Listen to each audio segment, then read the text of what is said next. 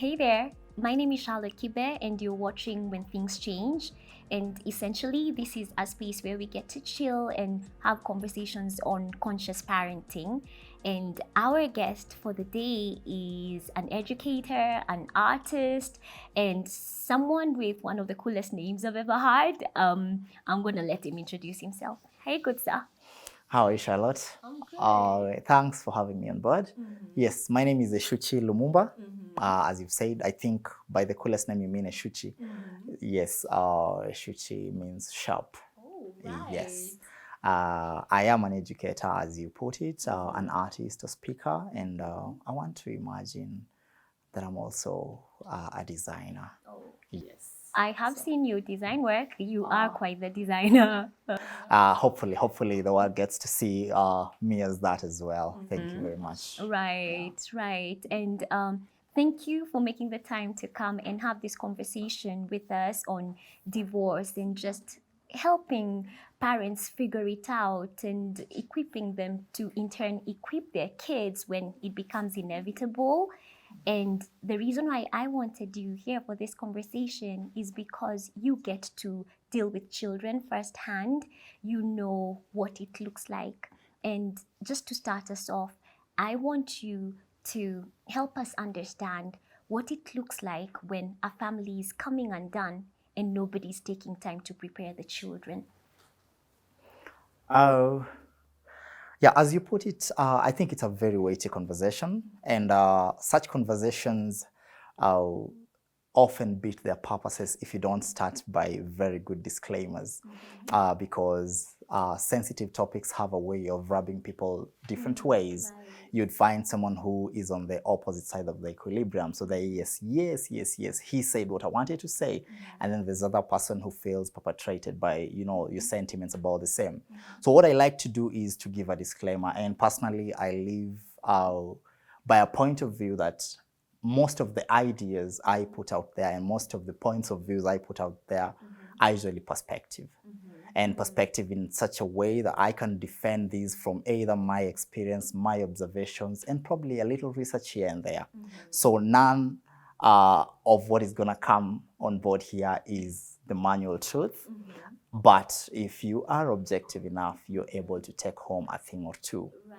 Another thing I like to disclaim is usually when you handle such topics, the person on the other side, occasionally, not every other time, you find people who want to ask where you get the credibility of that authority. I've had it said that, and whoever told me was probably wrong. I hope they were wrong. That there is no such thing as an amicable divorce. Like, there's so much emotion, so much that goes into such a relationship, and a relationship at that level. I think the longer people are together, the more they have invested, the more there is to lose when the relationship comes undone. And in a lot of cases where there's kids, there's been a marriage, even the extended family is involved and everything, attempting to take that out and not dealing with the emotions or just disregarding the emotions of it is practically impossible. So how can people, the adults who are involved in this, how can they come together and reach an agreement even when there is one aggrieved party, even when one person or both parties have been hurt? How can they come together for the sake of the children and, just put even their own heart aside, as valid as it may be? I'll tackle this from this analogy. I was having a conversation with friends about deadbeat dads, for instance. And we were all talking about how is it that we have, a multitude of children out there who are not cared for, at least from the patriarchal sector of the unit. And after a while, thinking and consulting and just, arguing around it, this was my conclusion. A deadbeat dad is a very irresponsible boyfriend that you went ahead and made a dad. You get the point? We have relationships that have been unable to work, but if you're dealing with two people who are of sane mind, trust you me, they will find a way to either, even if it's not amicable, there will be a space for, okay, let's be practical about this. Unless we're talking extreme cases, you catch me with another woman in our matrimonial bed, okay, that's a different situation altogether, because then, of course, now I'm digging into other virtues of the pillars of a relationship. I'm now digging into respect. I'm digging into unfaithfulness, trust, and all that. But sometimes we have relationships that just don't work because we have over the years been able to establish that, you know what, perhaps where you stand and where I stand, our goals are not converging. Right. We are very divergent in because of this and that, or maybe there's some external force that's coming that is overpowering what we have as the foundation. So I wouldn't say there's a written on stone situation around it, and you cannot do away with emotions. I think you cannot do away with emotions. I think then the question stays at, then how do you handle the emotions? Right. Yes. How should you handle the emotion? That's a personality thing, if you ask me. And that's where I take people back. If you have been in a relationship for 20 years and all of a sudden you are not able to disagree without throwing emotions all over the place, then you've been a very miserable 20 years of your lives. You get the point? Because for me, I think the emotional incompatibility is something that would be a turn off for me right from the word go. And you will notice it. It doesn't have to take so long. Right. You get the point? Right. By the time you have been with someone this long and you come to the public to say, okay, now this is not working and we're not able to talk about it, yet we've been married for 20 years, something was wrong right from the onset. You see, you probably got into it for a very different reason, or while at it, for some interesting gain you had, you are condoning the situation. You get the point? But at 20 years together, at 10 years together, at 1 year of a good relationship, you've known a few things about this and that. Right. Emotions, maturity, personality. Personally, I will not, I am not the kind. I'm a very talkative person as an individual, but I will only shut up when I'm really angry. Right. Yes.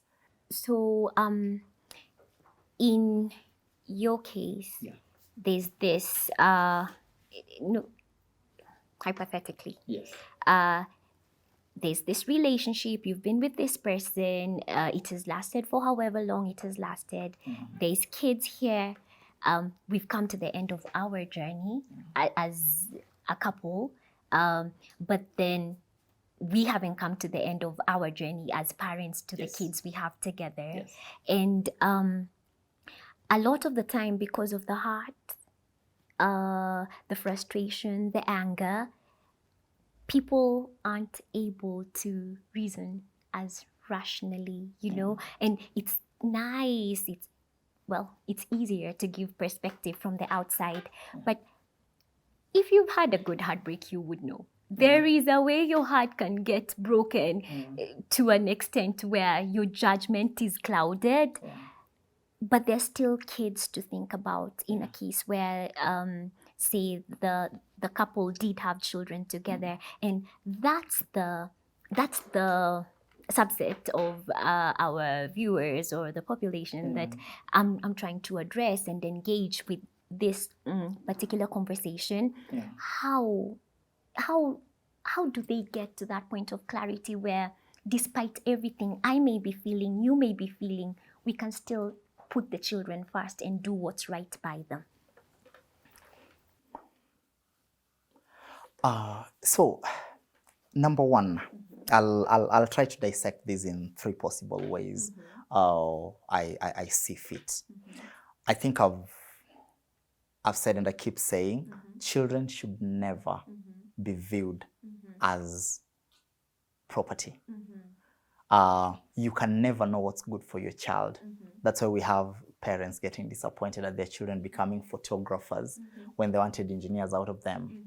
That is number one. Number two, we have to acknowledge that the societies we're living in are growing so fast in terms of exposure, technological levels, children's exposure and all that. Some of us were brought up in environments where a child came from home, went to school, came back home, and there was not so much. There were no phones, there was no internet, there was nothing. So your life as you saw it was ideal until later on in the future when you started realizing, wait, I got the short end of this stick. Or maybe here I actually gained because people are complaining of things I never imagined I lacked. You get that? So right now we don't have that luxury anymore. You don't have the luxury of cushioning children from things. We struggle with gadgets because yes, I want my children to stay off the screen, but I cannot monitor. I cannot do this and that. And that is why conversation and parenting has to be deliberate right from the word go. To the point that when things are murky and really, really muddy, you are able to actually have conversations with children. Of course, now the question of age here will differ once in a while, but a child in the current world that's 6 years and above is a child you can have a conversation with. Of course, you can start disseminating this information and the reality instrumentally, by ensuring that at least they are aware of the situations. Because you see, unlike, I cannot say you and I don't know about your background, but unlike my days, in my days when dad told you don't talk about this in school, you didn't talk about it in school. You get that? The freedom of expression that children had then and now is so different. Right now, kids talk about every other thing. So it will come up. And would you rather your teacher is the one explaining to your child that, you know what, you can't go to daddy's because daddy is no longer together with mom? Because you get that. And that's why in school systems, schools that at least have a serious welfare and safeguarding departments, we take communications of such seriously. We demand that the child's routine is within what is acceptable for us. You get the point? You can't have a child going to mommy on Monday, going to dad on Tuesday. We need to know who's the primary parent, who's in charge. You get that kind of a thing. So that is number 2. And number 3. And even before you start on number 3, we are going to take a short break and we'll pick it up from right there. So guys, we are hearing from Mr. Lumumba, someone who gets to see children firsthand every day, and he's helping us figure out the best way to navigate when divorce is inevitable. Join us for part 2 of this conversation for the rest of his thoughts on the same.